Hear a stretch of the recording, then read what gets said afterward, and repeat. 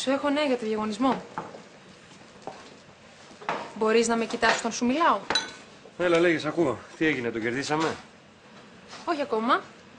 Αλλά από τις συνταγές που προκρίθηκαν ξεχώρισαν 2. Και η μία είναι η δική μας. Ωραία, μπράβο μου. Και πώς θα το αποφασίσουν? Αυτό είναι το θέμα. Για να καταλήξουν σε ανάθεση θα πρέπει να διαγωνιστούν τα 2 catering. Κάτι σαν επίδειξη μαγειρικής.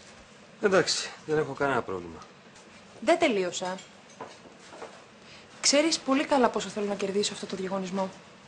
Γι' αυτό θέλω να βάλεις όλη σου την πείρα και το ταλέντο. Οι συνταγές είναι δικές μου. Λες να μην θέλουν να βγουν πρώτες? Δεν είμαι σίγουρη. Και δεν με ρώτησες ποιος θα είναι ο αντίπαλός σου, εκτός αν το γνωρίζεις ήδη. Όχι. Με ποιον θα αναμετρηθώ? Με την Ελπίδα.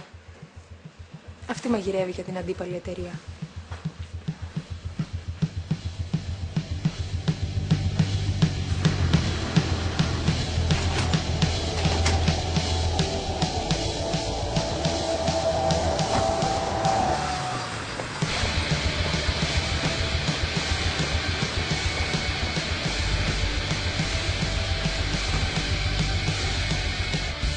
Ώστε η εταιρεία που διάλεξαν ήταν της Μέρης, Μπράβο στην Ελπίδα, τα κατάφερε. Ναι, είδες. Έχει μεγάλο ταλέντο. Μπορείς να την κερδίσεις? Τουλάχιστον θα προσπαθήσω. Δεν αστείευομαι. Κοίτα, η Ελπίδα είναι καταπληκτική μαγείρισα και το ξέρεις πολύ καλά. Αλλά Γιάνναρης δεν είναι. Τουλάχιστον όχι ακόμα.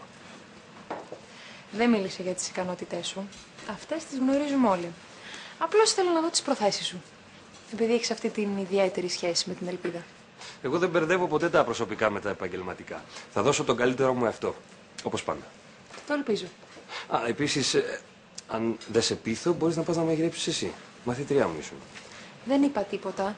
Απλώς ήθελα να ξέρω ότι θέλεις και εσύ να κερδίσουμε όσο κι εγώ. Αυτό εννοείται. Πάντως θα κερδίσουμε σίγουρα. Θα πρωτοτυπήσουμε. Θα προτείνουμε πιάτα που δεν έχουν ξαναγίνει. Γκουρμέ μενού. Οι εργαζόμενοι δεν θα τα έχουν ξαναδεί. Πιάτα με σπαράγγια, σολομό, χαβιάρι. Ναι, αυτό το μενού είναι πολύ καλό, αλλά απευθύνεται σε ανθρώπους που κάνουν χειρονακτική δουλειά. Όχι σε ανθρώπους που δουλεύουν σε γραφείο.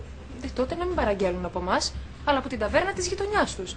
Εμείς έχουμε την καλύτερη ποιότητα, δεν θα τη ρίξω για κανένα λόγο. Εντάξει, εγώ είπα τη γνώμη μου. Εσύ αποφασίζεις. Να το θυμάσαι αυτό. Δεν με φοβίζεις. Όλα θα πάνε μια χαρά.